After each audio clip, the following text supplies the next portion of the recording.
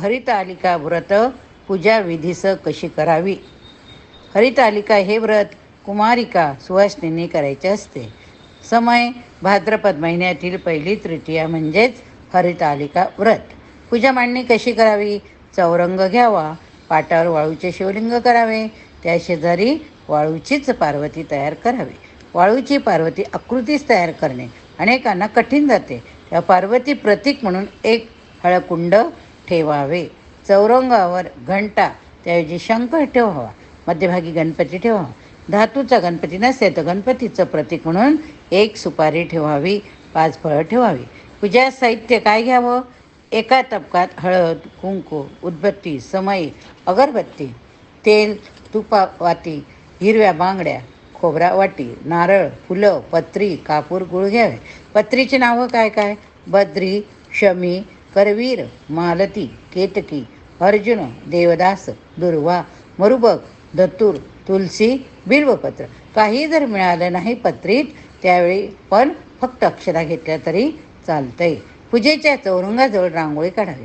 चौरंगाभोवती आम्र म्हणजेच आंब्याची पानांचं तोरण बांधावं. पूजेस बसण्यापूर्वी प्रथम समय निरांजन प्रज्वलित करावे. पूजा करताना आपले तोंड पूर्वेकडे किंवा उत्तरेकडे पाहिजे. दक्षिण दिशेत तोंड करून बसू नये.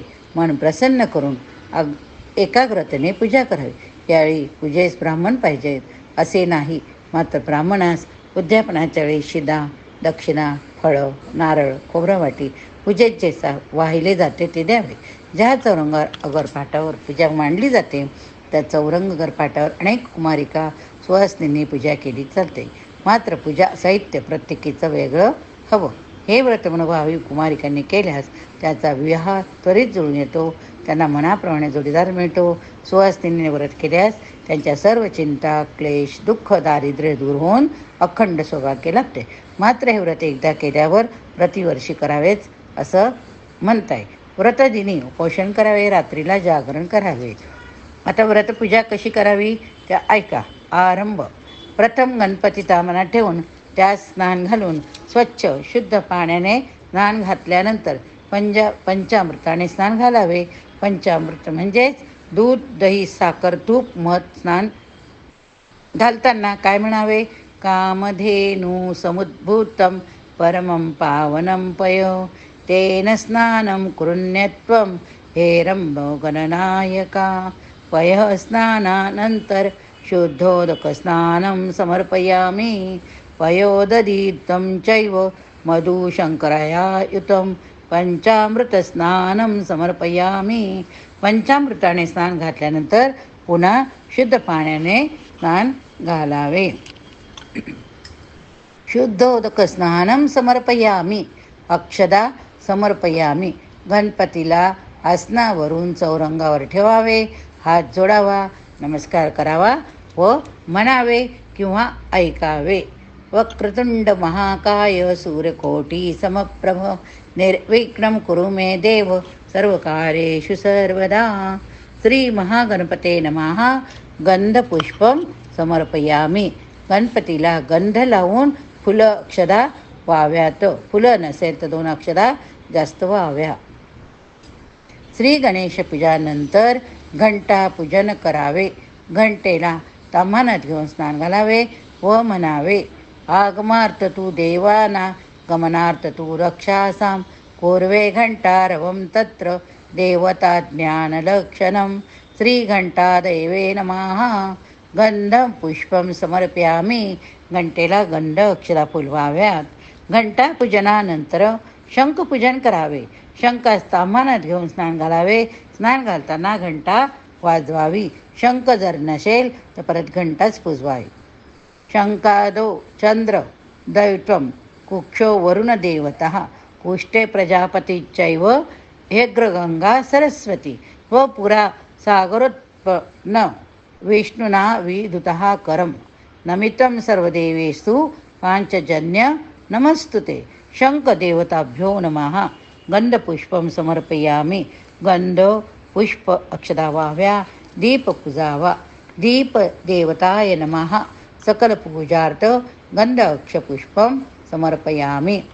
दीपाला देव्याला समयला गंध अक्षरा फुलवावे, नमस्कार करावा. शिवलिंग पार्वती हरतालिका पूजन, चौरंगावरील शिवलिंग पार्वतीला गंगापूजन म्हणजे गंगास्नान घालावे. फुलांनी जल शिंपडावे. पूजापत्री व्हावी.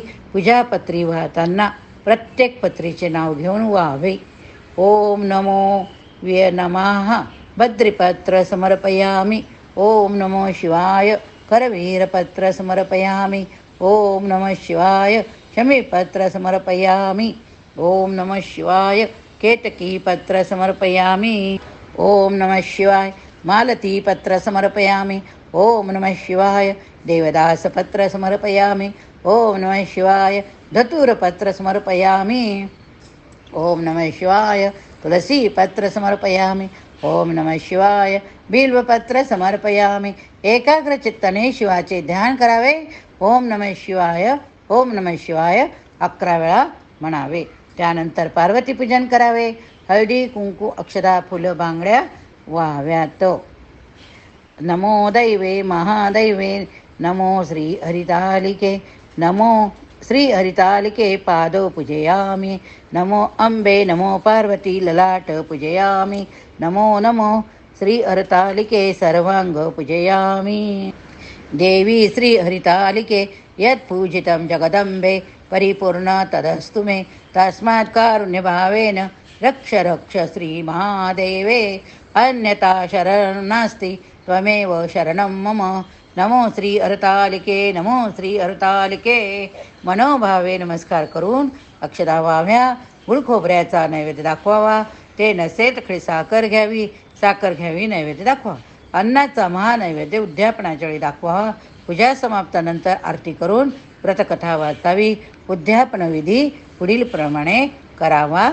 दुसऱ्या दिवशी उद्यापन करताना वाहिलेले सर्व पत्रे एका टोपलीत भरावी.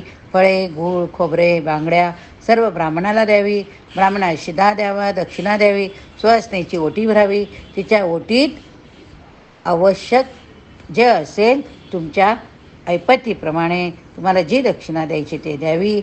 नंतर दीप प्रज्वलित करून मनोभावे पूजा करावी. आरती करून महानैवेद्य अन्नाचा दाखवावा. मग पूजा विसर्जित करावी.